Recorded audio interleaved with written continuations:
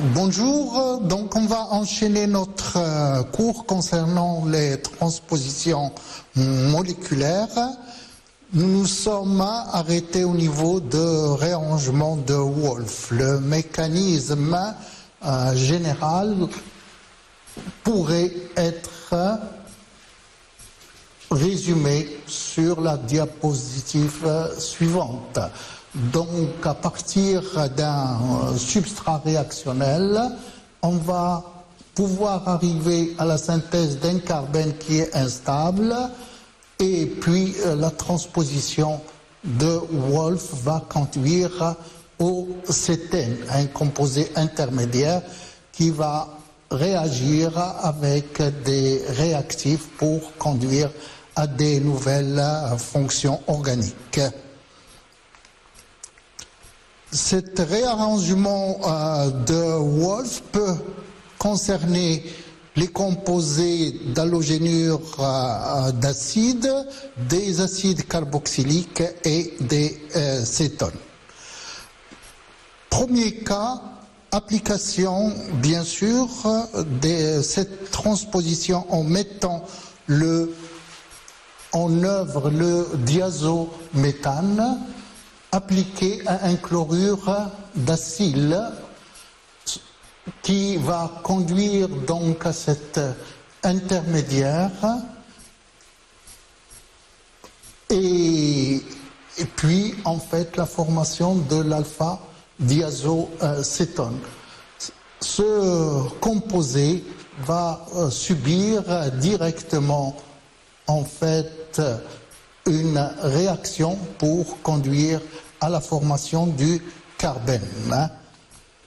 Ce carbène va se transposer en cétène.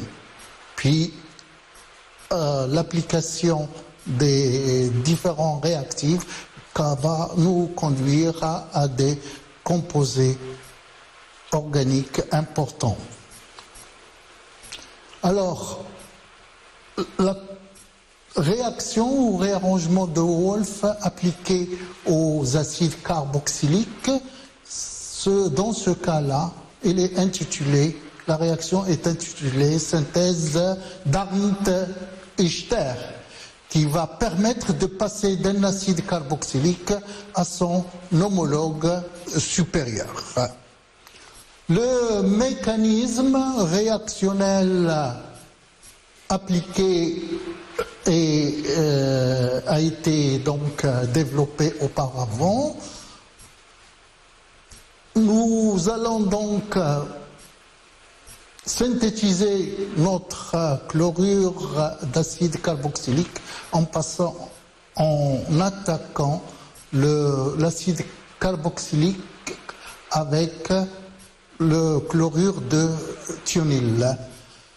Alors, l'attaque du diazométhane va nous conduire à l'alpha-diazocétone qui va en fait subir une réaction en présence de Ag2O en présence ou là en milieu de l'éthanol. Le carbène étant formé qui va se transposer bien sûr en cétène et ce cétène va réagir avec l'éthanol pour nous conduire à un ester homologue supérieur. Après saponification, nous synthétisons bien sûr l'acide carboxylique homologue supérieur. Enfin, les réactions appliquées à des cétones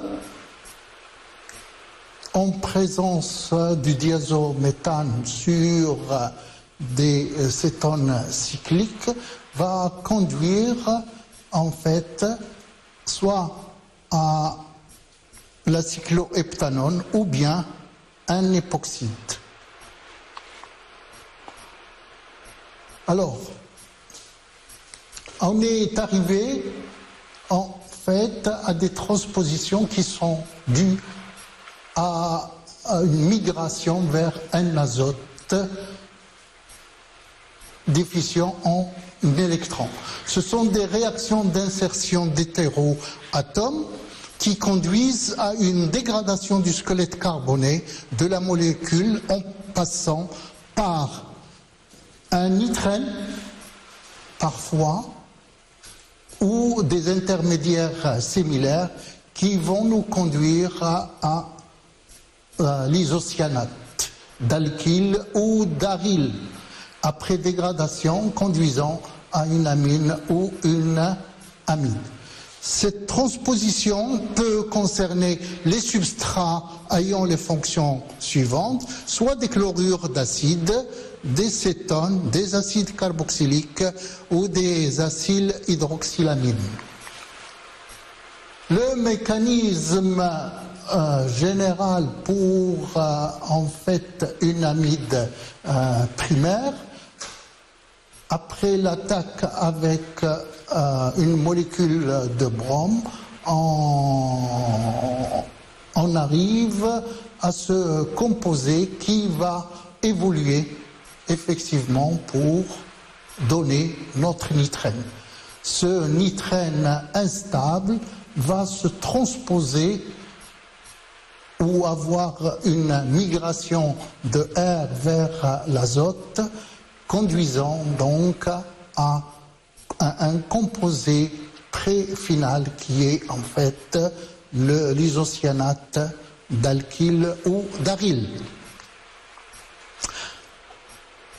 Alors ces transpositions peuvent être appliquées aussi à des acides carboxyliques. Le cas de la réaction de Kirchhoff. À partir d'un chlorure d'acide carboxylique, on peut arriver à la formation d'un isocyanate d'alkyle, dégradation de ce dernier pour arriver à une amine primaire. Alors par l'action de l'aziture de sodium sur le chlorure d'acide va conduire à un acyl d'acide qui lui-même va donner donc une forme réactive qui va conduire à l'isocyanate d'alkyle. Après l'attaque de H2O, nous formons bien sûr une amine. Alors le cas de l'application pour les cétones. Les cétones, une cétone qui va réagir en présence de l'hydroxylamine pour conduire à l'oxyme. Après donc une protonation, il va nous former un groupement électrofuge partant moins H2O, va nous donner une sorte de nitrène assimilé qui va conduire directement à l'amide. Cette réaction appliquée au cétone cyclique, dans le cas de cyclohexanone, qui va réagir en présence de l'hydroxylamine, va conduire à l'oxyme. Cet oxyme, en présence du proton, va nous donner donc un intermédiaire réactif, transposition, et puis élimination de H2O pour donner cet intermédiaire instable. Après attaque avec de l'eau, élimination du proton va nous donner cet oxyme cyclique, puis qui va donner une forme mésomère, à savoir l'amide cyclique. Cette amide cyclique va nous conduire sous l'effet de la température à un polymère de famille en fait des polyamides, qui est le nylon.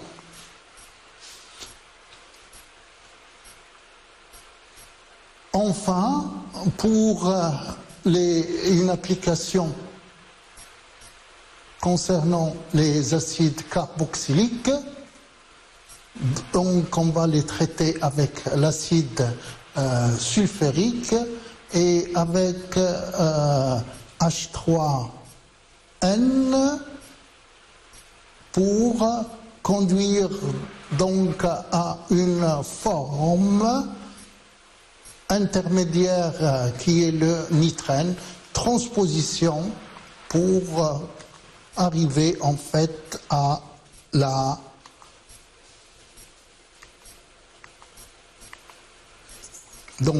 la forme isocyanate, dégradation, formation de RNH2. Donc, dans la série en fait des transpositions moléculaires concernant la migration d'un reste hydrocarboné vers un azote déficient en électrons, on assiste à la transposition de l'océan, qui consiste en fait à utiliser un produit de départ qui est l'acyle hydroxylamine, attaqué par le chlorure de tolzylate, va conduire après élimination du proton donc à un composé variant d'un nitrène.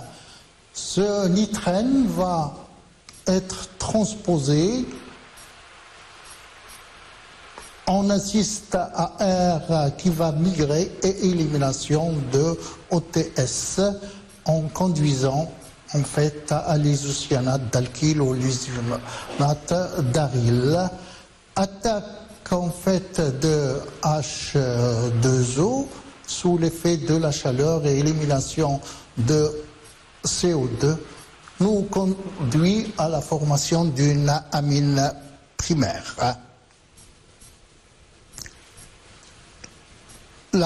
Cette réaction consiste en fait à la transposition vers un oxygène déficient en électrons. Il s'agit là de la réaction ou la transposition de Baeyer-Villiger. Le composé ou le substrat de départ étant une cétone au milieu acide, il est attaqué par un péracide, protonation, et on arrive à cet intermédiaire instable, donc par prototropie, on forme un groupe électrofuge stable, moins R1CO, qui est un acide carboxylique. On arrive à la formation de l'ion ixonium. Transfert de cette double liaison pour former en fait le carbonyle, transposition de R vers l'ion oxynium pour arriver à l'ester. Alors remarque, l'ordre de migration, il est appliqué aussi dans ce cas-là. Les groupes en fait riches en électrons, ils sont en fait prioritaires par rapport aux groupes moins riches en électrons. Application pour les cétones cycliques. On arrive après attaque avec un péracide à un ester cyclique qui sont des lactames. Alors, transposition maintenant vers un carbone riche en électrons. Le schéma global ou général consiste en fait à créer un carbone déficient en électrons dans la molécule organique. Le groupement, en fait, R, riche en électrons, va en fait être transposé vers le carbone ou vice-versa. Le carbanion donc va transposer vers R pour donner cette formule stable. Dans notre cas, X peut être un N+, ou un S+.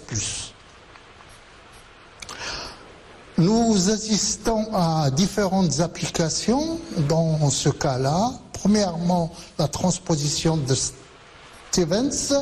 Elle concerne les ions ammonium quaternaire qui ne contiennent pas de protons fixés au carbone bêta de l'azote. En particulier, si on a un carbonyle en bêta ou on assiste directement à la transposition en fait de Stevens. Alors, le composé de départ étant un ion ammonium quaternaire attaqué par en fait une base, formation d'un carbanion, transposition en fait de tout ce groupement riche en électrons vers le carbanion et formation d'un nouveau composé qui est fort intéressant. Cas particulier, lorsque le proton en bêta de l'ion ammonium, on a élimination bien sûr d'Hoffmann et formation d'un composé éthylénique. Transposition de Wittig, cette transposition elle concerne les éthers de type suivante ou là de type suivant. En présence d'une base forte, on forme donc un carbanion. Le groupement donc CH3 va migrer directement vers le carbanion pour donner un alcool. Donc, cette réaction consiste à passer d'un éther en fait à un alcool. L'avant-dernière transposition dans le système des migrations vers un carbone riche en électrons s'intitule la transposition de Favorsky. Cette transposition concerne bien sûr les cétones alpha-halogénés. Les composés réagissant avec des bases donnent des carbanions énolates qui se transforment en acide ou en ester par l'intermédiaire de cyclopropane. Le mécanisme est donné donc dans le slide suivant. L'acétone ayant halogéné, donc n'ayant pas donc un hydrogène en alpha, soumis à un carbanion, va former donc un carbocation au niveau de ce carbone qui va en fait se transposer pour donner la molécule cyclopropane instable. L'excès en fait de réactif basique va conduire à la formation d'un carbanion pour en fait conduire à deux structures. La première, après hydrolyse, va donner le premier ester et la deuxième va donner après hydrolyse un nouveau ester. Alors, enfin, la réaction ou la transposition de Sommelet, elle concerne les composés dibenzylamine quaternaire. Sous l'action d'une base, on va donc former un carbanion.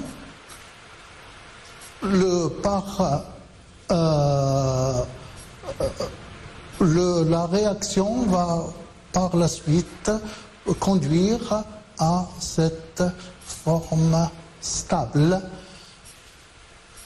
Alors, un cas particulier, le mode en fait de méthylation pour les noyaux aromatiques peut être appliqué dans ce cas-là. Alors, pour finir, on arrive à la transposition protonique.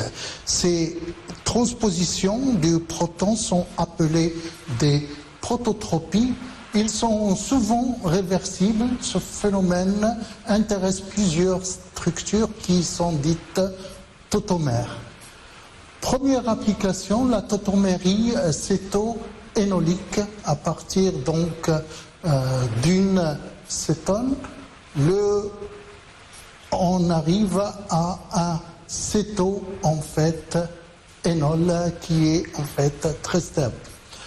La transposition immunoénamique, le composé de départ étant en fait une imine, on voit bien sûr que la liaison CH donc se transpose vers le carbone pour conduire en fait à une énamine. Cette énamine est beaucoup plus stable. La transposition amide-isoamide va nous conduire à la forme stable qui est l'isoamide. Quatrième application de transposition des protons, étant bien sûr appliqué à des dérivés nitrosés à oxymes qui vont donner bien sûr des oxymes. La transposition des azoïques hydrazones va conduire à des hydrazones. L'avant-dernière transposition étant la lactamolactimide qui va donner la forme en fait lactique. Et voilà, je vous remercie.